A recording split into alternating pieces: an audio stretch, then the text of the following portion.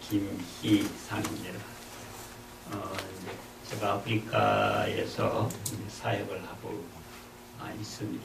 아프리카에서는 이제 저를 부를 때 에즈라라고 보통 그렇게 부릅니다. 그래서 제가 이제 영어 이름은 에즈라라고 쓰고 있고요. 한국 이름은 김희상입니다. 우리 이제 조 목사님과 오랫동안 이제 교제를 했고 또 목사님으로부터 많은 은혜를 제가 받았습니다. 이제 또 이번 기회에 또 우리 귀한 전도사님들과 같이 이제 성경을 공부할 수 있는 그런 기회가 이렇게 주어져서 감사합니다. 저는 아프리카를 제가 돌아다니면서 느꼈던 것 중에 하나가 뭐냐면 다른 게 아니고 성경을 알아야 되겠다는 것이었습니다. 그러니까 아프리카에는 이제 여러 부류의 사람들이 있어요. 근데 거기에도 사실 좋은 신학교가 있습니다. 세계적으로 이제 유명한 신학교들이 몇 개 있어요. 그런 신학교를 이제 갈 수 있는 사람들은 이제 재정적인 여유가 있고, 그 다음에 이제 학문적인, 그러니까 고등학교를 졸업하고 이제 이런 학생들이 이제 가게 되는데, 그런 학생들은 재정적으로 여유가 됩니다. 그래서 이제 그 친구들은 이제 학비를 많이 내고 다니죠. 근데 아프리카에는 또 이런 친구들도 있어요. 하나님의 일을 하고 싶은데 정말 공부할 기회가 없어서 못하는 친구들이 있습니다. 심지어 주의 종이 되겠다고 하는데 가난해서 성경을 사지 못하는 분들도 있어요. 그런 가운데서도 교회를 개척하고 나서 사역을 하는데 교회 때문에 멀리 떨어져 있는 신학교에 와서 공부할 수 없는 분들이 있습니다. 교회를 놔두고 오랜 시간 비울 수가 없는 거죠. 그래서 이제 저 같은 경우에는 제가 이제 지금 사우스 아프리카하고 모잠비크하고 그 다음에 스와질랜드라는 그 세 개의 나라가 국경지대를 이루고 있는 지역이 있는데 거기에 전에는 이제 BBTC라고 그랬고, 지금은 이제 이름을 바꿔서 BBM이라는 그 이름으로 바꿔서 불리는 신학교가 있어요. 근데 이름을 바꾼 이유가 있습니다. 왜 이름을 바꿨냐 하면은, 지금 사우스 아프리카 같은 경우에는 신학교에 대한 내부적인 탄압이 있습니다. 이 교육법을 들어서 사우스 아프리카 교육부에 등록되지 않은 신학교들을 찾아내서 학교 문을 닫게 하고 있어요. 그래서 이제 불시에 하이 에듀케이션을 직원들이 와가지고 검사를 하고 이게 불법이다 드러나면 그 자리에서 학교 문에다가 열쇠를 채우게 됩니다. 그러면 다 나가야 돼요. 그렇게 해서 작년에 한 50개 신학교가 문을 닫았습니다. 선교사들이 이제 사우스 아프리카에 들어가는 게 되는 경우에 볼런티어 비자를 받아가지고 들어가는데 지금은 볼런티어 비자를 신규도 허락을 해주지 않고 연장도 해주지 않습니다. 그래서 작년에 한 10,000여 명의 선교사님들이 사우스 아프리카에서 다 나갔습니다. 연장 비자를 안 주기 때문에. 근데 이런 상황 가운데서 제가 아프리카를 10년째 거의 됐는데 느낀 게 뭐냐면 자 이런 형편 가운데서 그러면 어떻게 이 아프리카 목회자들이 목회를 할 수 있느냐는 거예요. 또 한 예는 제가 올해 루완다를 방문하고 거기에서 이제 성경 세미나도 하고 또 성경 강의도 하고 그랬습니다. 근데 루완다가 올해부터 건축법을 들어서 교회가 건축법대로 지어지지 않은 건물은 교회를 문을 닫게 했어요. 그 교회가 약 6,000개가 넘습니다. 근데 이런 일들이 지금 아프리카에만 일어나고 있는 게 아니고 선교사님들끼리 연락을 해보면 전반적으로 전 세계적으로 그런 운동이 자꾸 일어나요. 자기들 나라에서 선교사들을 나가게 하고 교회에 문을 닫게 하는 일들이 벌어집니다. 그런 상황 가운데서도 정말 거기에 있는 친구들은 성경을 배우고 싶어요. 아프리카의 특징 중에 하나가 그게 있습니다. 이 목회자가 되는 방법인데 교회에서 열심히 있는 집사가 열심을 내서 교회를 하면 담임 목사님이 어느 날 하루 설교를 시킵니다. 설교를 하고 나면 목사님이 그 자리에서 그냥 안수를 해요. 그리고 목사가 돼요. 예. 근데 문제는 열심히 있어서 교회를 열심히 하다가 어느 날 갑자기 목회자가 된 거잖아요. 안수를 받았으니까. 근데 정작 안수를 받고 성도들에게 하나님의 말씀을 전해야 되는데 이게 안 되는 거예요. 배운 것이 없거든요. 말씀을 들을 때는 은혜가 돼서 참 좋았는데 막상 목회자가 돼서 이제 성도들에게 하나님의 말씀을 가르쳐야 되는데 이게 안 돼요. 그래서 거기 있는 분들이 말씀에 대한 갈급함이 참 많습니다. 근데 이분들이 원하는 건 뭐냐? 신학이 아니에요. 성경의 말씀입니다. 그래서 저는 아프리카에 있는 동안에 신학을 안 가르쳤습니다. 성경을 가르쳤습니다. 왜냐하면 성경은 하나님의 말씀이고 오직 하나님의 말씀만이 사람을 바꿉니다. 신학이 사람을 바꾸는 게 아닙니다. 물론 신학을 공부하면 성경을 연구할 수 있는 기본적인 토대를 제공하는 것이 사실입니다. 근데 성경을 모르고 신학을 하게 되면 잘못될 가능성이 참 많습니다. 사실 신학이 어디에서 왔습니까? 성경에서 나온 거예요. 근데 지금은 성경을 빼버린 신학들을 많이 합니다. 그래서 문제가 돼요. 그 신학이 지금은 어떻게 이야기합니까? 하나님은 없다고 이야기를 합니다. 성경은 하나님의 말씀이 아니고 옛날에 많은 사람들이 했던 이야기를 모아놓은 책이라고 이야기를 합니다.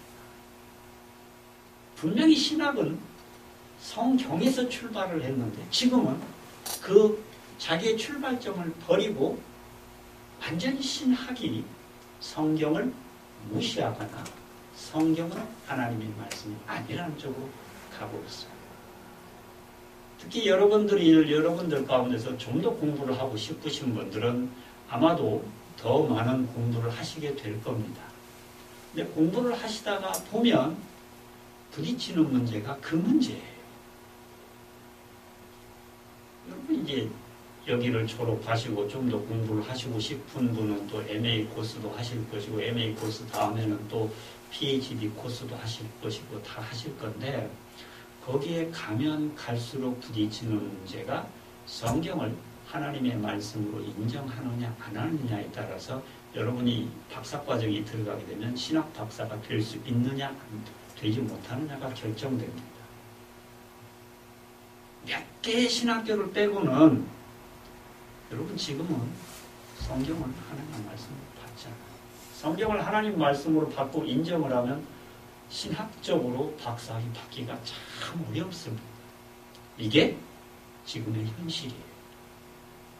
이게 북미의 현실이고 한국이 갈수록 이렇게 변해가고 있습니다. 그런데 아프리카 땅에서는 신학을 원하는 것이 아니라 이 하나님 말씀을 원해요. 말씀을 원해요. 말씀을 모르면 성경 말씀을 모르면 양떼를 가르칠 수가 없어요. 어쨌든 제가 생각할 때 여러분들이 이 자리에 앉아 있다는 얘기는 목회적으로 얘기하면 목사님들이 되셔서 여러분이 사랑하는 양떼들에게 하나님의 말씀을 공급하기 위해서 여기에 계신 줄로 생각을 합니다.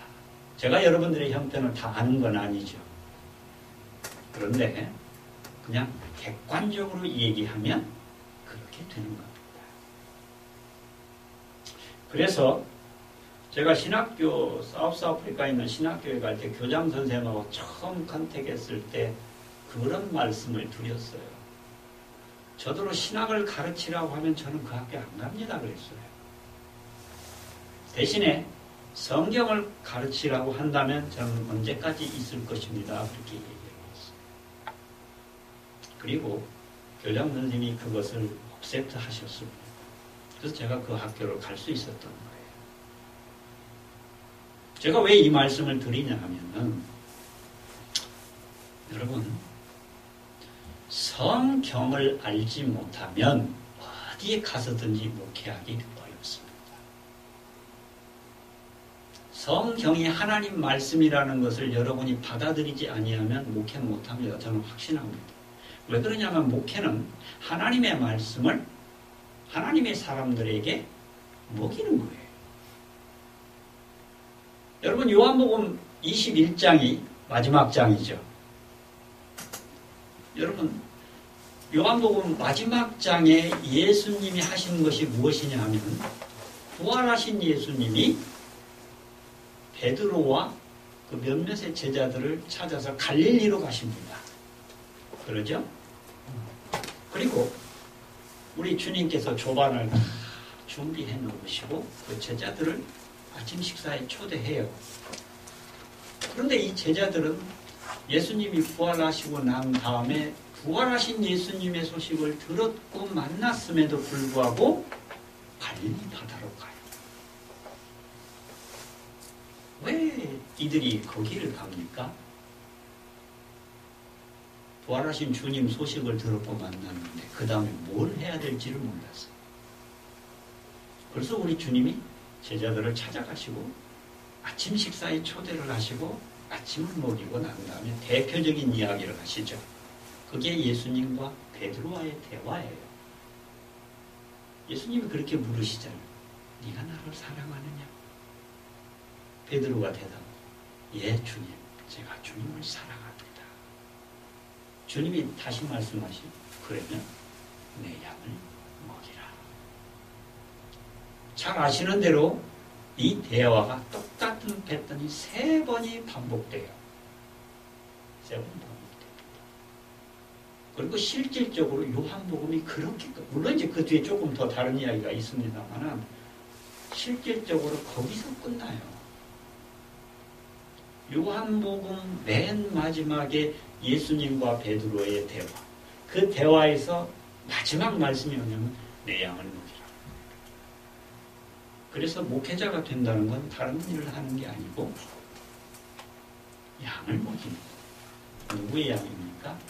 예수님의 양입니다. 그런데 예수님의 양을 먹이려고 하면 뭘로 먹여야 되겠습니까? 예, 말씀의 꼴로 먹여야 되겠죠.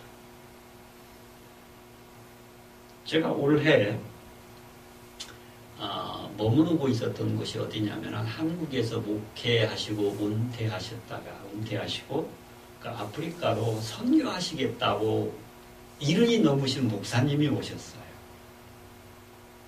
그 목사님이 오셔서 이 농장을 사셔도 그 농장이 이제 그 게스트하우스가 있어서 제가 거기에 머물렀었는데 그 목사님이 뭐 하시냐면 양하고 염소를 키워요. 근데 염소는 아무거나 먹습니다. 보면 정말 말라가지고 먹을 수 없는 나무 껍질 같은 것을 오히려 염소는 좋아해요. 부드러운 음식을 먹으면 염소는 설사합니다. 딱딱한 음식을 좋아해요. 근데 양은 풀만 먹어요. 풀만 먹습니다. 다른 건 안 먹습니다. 풀만 먹어요. 그러니까 풀도 아주 연한 풀을 좋아하죠. 하나님의 양은 하나님의 말씀의 꿀을 먹어야 돼요. 그거를 못 먹으면 문제가 생깁니다. 양에게 딱딱한 음식을 주면 양은 못 먹습니다. 제가 왜 이 말씀을 드리냐면 양에게는 양이 반드시 먹어야 될 걸 드려야 된다. 그게 아버지의 말씀입니다. 우리 주님의 말씀입니다. 그래서 이제 이번 8주간 동안 저는 여러분들과 같이 하나님의 한 말씀인 요한복음을 처음부터 끝까지 살펴보고자 합니다. 물론 시간이 많지는 않습니다. 많지는 않지만 그래도 저는 가능하면 1장 1절에서부터 요한복음 21장 끝절까지 보기를 원합니다. 그래서 여러분들이 필수적으로 하셔야 될 것이 있습니다. 첫 번째로 여러분 반드시 성경을 가지고 오셔야 됩니다. 그리고 요한복음을 1장 1절에서부터 끝까지 다 읽으셔야 돼요. 그것이 저와 여러분이 요한복음을 공부해야 될 때 하셔야 되는 필수 과정입니다. 제가 요한복음을 여기 보시는 대로 이제 저는 이제 키버스인데 중심 요절이죠. 하나님이 세상을 이처럼 사랑하사 독생자를 주셨으니 이는 그를 믿는 자마다 멸망하지 않고 영생을 얻게 하려 하십니다. 이 말씀은 요한복음의 중심 말씀입니다. 이 말씀을 보게 되면은 하나님이 왜 예수님을 이 땅에 보내셨고 우리가 왜 예수님을 믿어야 되는지가 나와 있습니다. 이 말씀에 의지해서 우리는 요한복음 1장 1절부터 끝절까지 공부를 하게 되겠는데요. 여러분에게 이제 그 평가는 다음과 같습니다. 8주째 되는 날 시험이 있습니다. 저는 어지간한 시험을 봐요. 시험을 봅니다. 근데 시험을 보는 것은 제 나름대로의 생각이 있습니다. 여러분 시험을 본다고 하면 참 부담스럽죠. 그죠? 여러모로 바쁘시고 또 연세도 있으신 분들은 아무리 공부해도 이게 머리에 잘 들어가지 않고 그렇습니다. 저 다 인정합니다. 근데 왜 제가 시험을 꼭 보느냐면 시험에는 중요한 문제가 나옵니다. 시험을 왜 보느냐? 시험을 통해서 중요한 것은 반드시 알으라는 얘기예요. 그건 잊어버리면 안 된다는 걸 말합니다. 그래서 저는 항상 시험을 봅니다. 또 제 시험은 아프리카에서도 신학생들이 제일 어려워합니다. 왜 어려워하냐면 저는 객관식이라는 게 없어요. 전부 주관식입니다. 보통 제가 시험을 보면 이제 그 학교에서 한 2시간 정도 시간을 넉넉히 주는데 저도 몰랐어요. 제 시험을 그렇게 어려워하는 줄 몰랐어요. 근데 나중에 이제 학생들을 통해서 이제 스데반 이제 거기 있는 스태프들이 저한테 얘기를 해주더라고요. 닥터헤즈라 시험이 제일 어렵다고 학생들이 한다고. 그래서 그 이유가 뭐냐고 그랬더니 시험 패턴이 다른 사람들과 다르다고 그렇게 이야기를 해요. 근데 저는 깊이 쓰라는 게 아니고 반드시 키포인트를 쓰셔야 돼요. 아무리 10장을 써도 키포인트가 빠지면 좋은 점수는 안 나갑니다. 그런데 한 줄, 2줄을 써도 키포인트가 들어가면 저는 점수를 줘요. 그런 스타일이에요. 왜 그러냐면 여러분 키포인트가 중요한 거거든요. 그것만 딱 잡고 있으면 얼마든지 여러분이 그걸 적용할 수 있어요. 근데 키포인트를 놓치면 어떻게 됩니까? 아무리 많은 말을 해도 중심이 빠진 이야기를 해요. 그건 별 의미가 없습니다. 그래서 키포인트를 잡으셔야 돼요. 여러분 시험을 보고 두 번째는 여러분 설교문을 한 편씩 쓰셔야 됩니다. 이 설교문은 요한복음 중에서 어떤 본문을 택하셔든지 상관없습니다. 분량은 레터 사이즈로 8장에서 10장 사이로 쓰시고 중간경은 1.5로 하시고 글자 포인트는 12포인트입니다. 대신에 이 설교를 쓰실 때 다른 분 거 설교를 카피하지 마시고 여러분 설교를 쓰세요. 여기에 뭐 설교를 해보신 분도 계실 거고 안 해보신 분도 계실 텐데 주의 종의 길을 가겠다고 한다면 필수적으로 설교를 본인 설교를 하셔야 됩니다. 설교를 잘하고 못하고 이게 중요한 게 아니에요. 본인의 설교를 하셔야 돼요. 하나님이 유능한 분을 통해서 큰 일을 많이 하시죠. 큰 교회 목사님이라든지 부흥사님이라든지 신유의 은사가 있다든지 다양하게 쓰십니다. 근데 저는 그렇게 생각해요. 여러분이 왜 여기 있느냐? 분명히 하나님이 택하셨으니까 여기 있으신 거 아닙니까? 리더로서.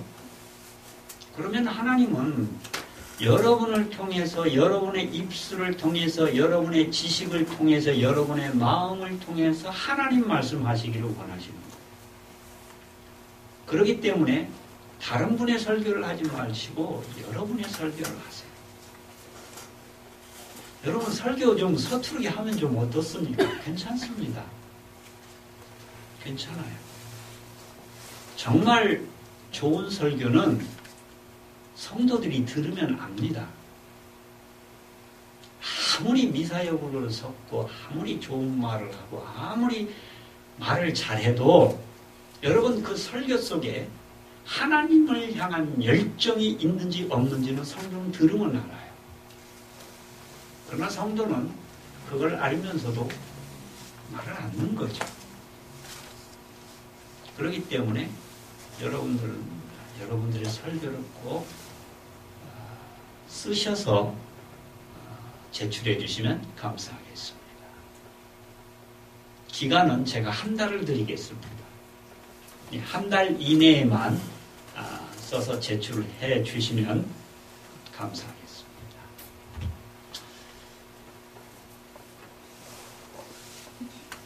자, 이제 그 요한복음의 서론으로 들어가 보겠습니다. 이제 여기서부터는 이제 요한복음의 배경이 되겠는데요. 이 배경 가운데서 맨 처음에 나오는 것이 이제 서론입니다. 서론이라고 하는 것은 우리가 잘 알고 있는 대로 인트로덕션 아닙니까? 소개 아닙니까? 요한복음이 어떤 책이다라는 소개예요. 요한복음은 보게 되면은 첫 번째로 예수님의 정체성에 관한 신비를 기록해 놓은 책입니다. 여기서 정체성이라고 하는 것은 무슨 이야기냐면은 예수님이 누구이신가라는 거예요. 두 번째로 요한복음은 그리스도의 본성과 기원에 대한 설명인 기독론을 전개하고 있습니다. 기독론 역시 같은 내용입니다. 예수님에 대한 신학적 논쟁이 기독론이죠. 예수님이 누구이신가를 이야기하고 있는 것입니다. 세 번째는 이 요한복음을 보게 되면 공관복음과는 좀 달라요. 여러분 마태복음, 마가복음, 누가복음과 요한복음을 비교해보면 많이 다릅니다. 그래서 공관복음을 통해서 나오는 것은 예수님의 짧은 격언들, 비유들, 예수의 배경에 대한 언급, 하나님 나라에 대한 선포 이런 것들이 참 많이 나오는데 희한하게도 요한복음에서는 이런 부분을 그렇게 많이 다루지 않습니다. 대신에 요한복음은 예수님의 신성을 나타내는 그 설교들로, 이야기들로 되어 있습니다.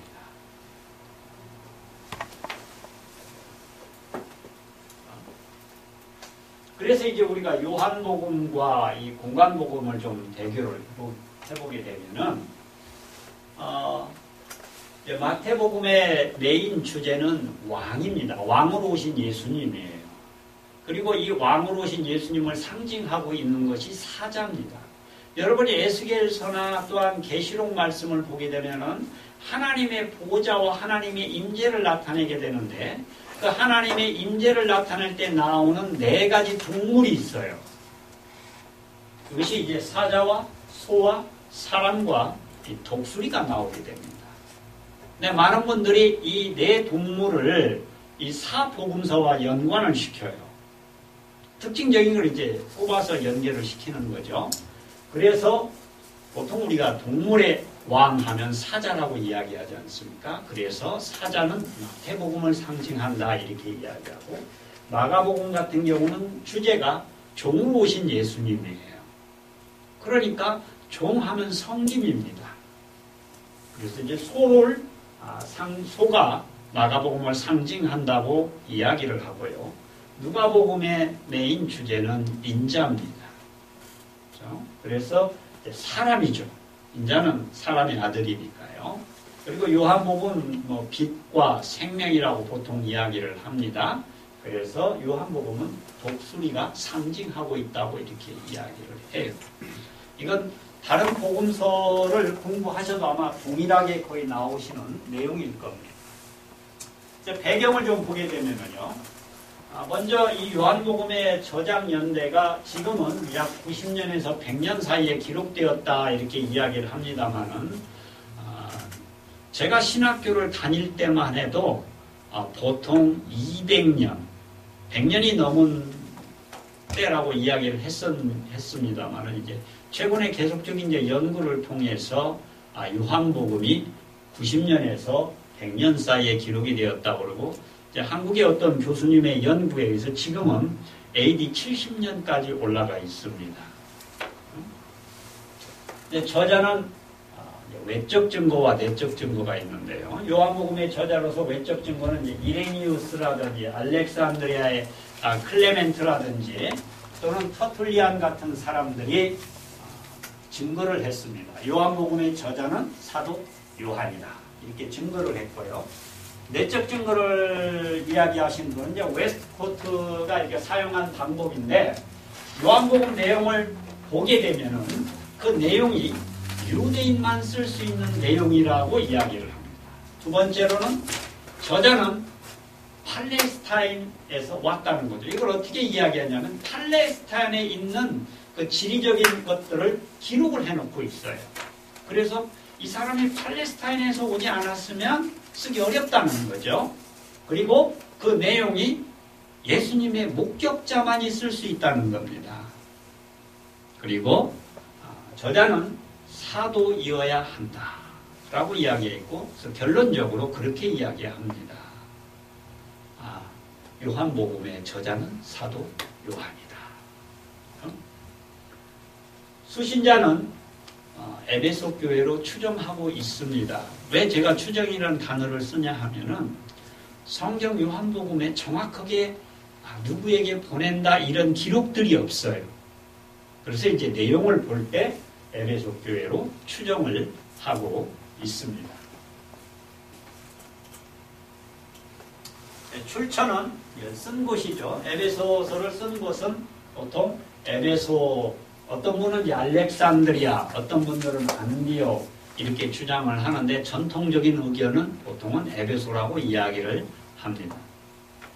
주제는 보통 우리가 이제 좀 가져오는 게 나을 것 같습니다.